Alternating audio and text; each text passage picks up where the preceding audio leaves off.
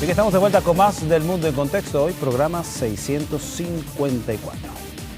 Bien, retomamos en esta parte nuestro tema principal, el cambio climático, y esto a propósito de la cumbre COP27 en Egipto, y para la cual está programada este martes la intervención del presidente venezolano Nicolás Maduro. Para ampliar el análisis sobre este tema estaremos conversando con el geógrafo Argimir Gil, a quien comenzamos dándole las buenas noches y preguntándole de inmediato en qué aspectos tangibles para la gente se expresa el cambio climático en el planeta y hasta qué punto estaríamos aún a tiempo de poder corregir parte de este proceso de deterioro del clima. Sí, bueno, ante todo buenas noches. Honrado de estar aquí ante nuestra audiencia venezolana. Fíjense, los aspectos tangibles, la lluvia extrema, todos estos procesos de calor extremo. Recordemos que este año hubo situaciones de temperaturas por encima de 48 grados, récord en lo que es la medición climática en Europa. Leíamos un informe en donde se decía que en ese producto de esas elevadas temperaturas murieron más de 15.000 personas. Entonces ya esos son elementos tangibles. Otro elemento que tenemos que significar es que mucho de esto que estamos hablando parte de un documento que se hizo con más de 200 científicos, un documento que hizo la ONU con más de 200 científicos y revisaron más de 14.000 papers, artículos científicos. Es un documento de unas 3.900 páginas, más o menos, un documento bastante denso, pero que fue elemento significativo para entregar a las naciones. Allí en ese documento ellos previeron que al 2030 tienen que reducirse, óigase bien, tienen que reducirse las emisiones de efecto invernadero, de los gases de efecto invernadero, a 50%. Al 2030 tienen que reducirse en 50%. Y al 2030 y al 2050 tienen que ser emisiones cero para toda la humanidad. ¿Qué quiere decir eso? Que eso representa también una oportunidad, ¿verdad?, de hacer un cambio significativo en la conducta, en la cultura humana. El modelo de hidrocarburos, como bien lo dijo el presidente Petro hoy, el modelo de hidrocarburos de consumo, del modelo que implica la economía y los procesos de hidrocarburos, y por supuesto que el hombre deje de ser objeto. Fíjese que no estoy cometiendo el error en el contexto del concepto del hombre, sino que de verdad este sistema está viendo al hombre como un objeto de consumo y tiene que pasar a ser sujeto con una responsabilidad colectiva con la humanidad. Eso es en esencia lo que el informe y la pregunta debemos analizarlo en su justa dimensión. Argimir, tomando en cuenta o tomando prestadas las palabras del secretario general de la ONU, Antonio Guterres, ¿cuáles serían esas medidas ambiciosas y creíbles que debe adoptar la humanidad para salvar la existencia humana sobre el planeta? Correctamente. En palabras del secretario, nosotros debemos tomar medidas drásticas. No podemos ser, en este momento tan trascendental de la humanidad, no podemos ser optimistas, no podemos ser pesimistas, pero tampoco ver todo desde una perspectiva que, sí, por una cuestión que hagamos ya está todo listo, ¿está bien? Este es un problema multivariable. Cuando hablamos de multivariables, que todo confluye de distintas formas, son distintas variables y hay que ponderarlas en su justa dimensión. Ahora bien, el comandante, el presidente Petro, hoy decía algo muy importante, que es el primer elemento de hilo conductor de esta pregunta. El mercado no es el que va a salvar ese modelo arcaico de los hidrocarburos, no es el que va a salvar, nos va a salvar del cambio climático, ¿está bien? Si la lógica es ver desde el mercado la salvación, entonces es muy probable que no exista.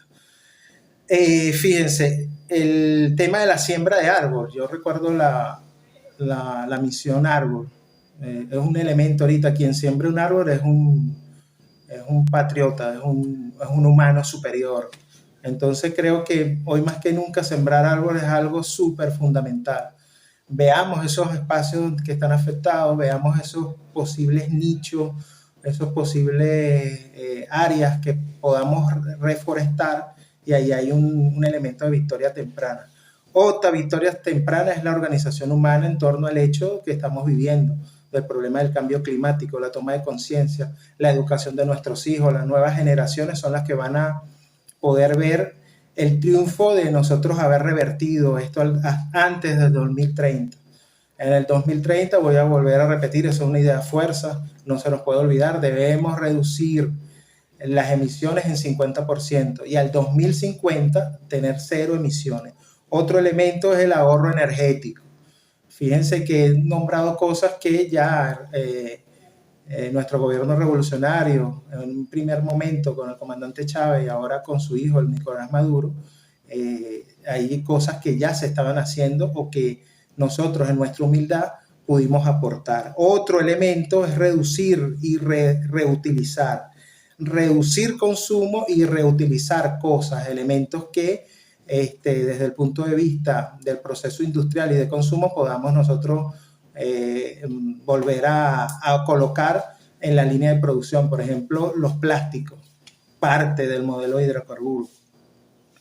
Incluso los científicos, los estudiosos, este informe dice que incluso el agua tenemos que reducir y reutilizar.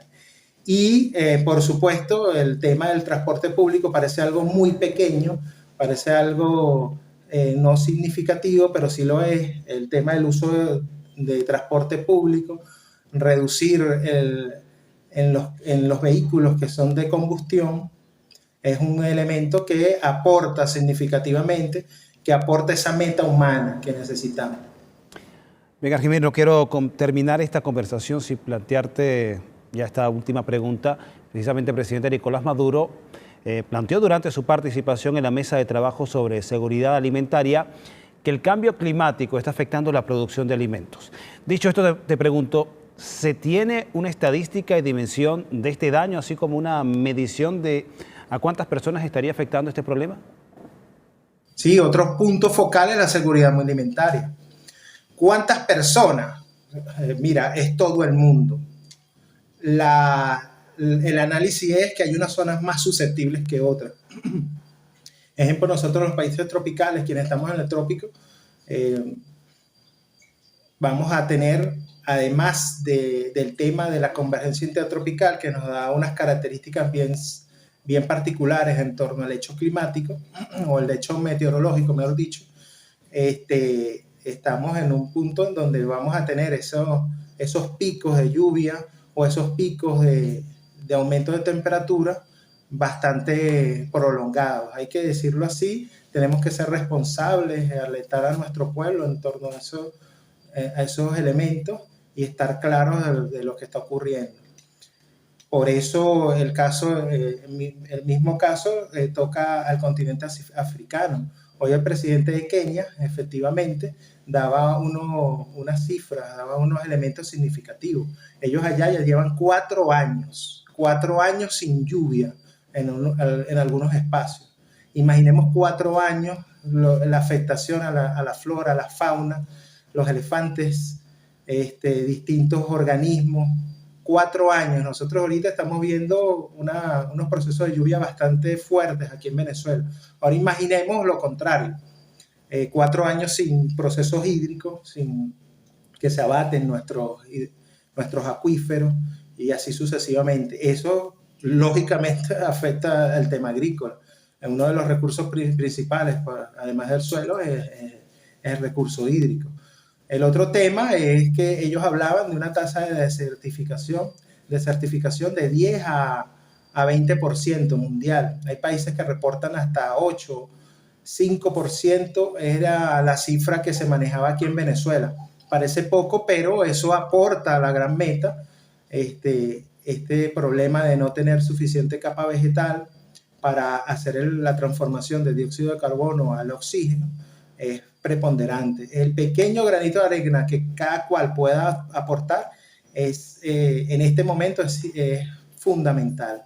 Otro elemento es que el problema del cambio climático va a reducir evidentemente la producción, los rendimientos son mucho menores en el suelo, el abatimiento de los acuíferos y por supuesto la concentración de contaminantes.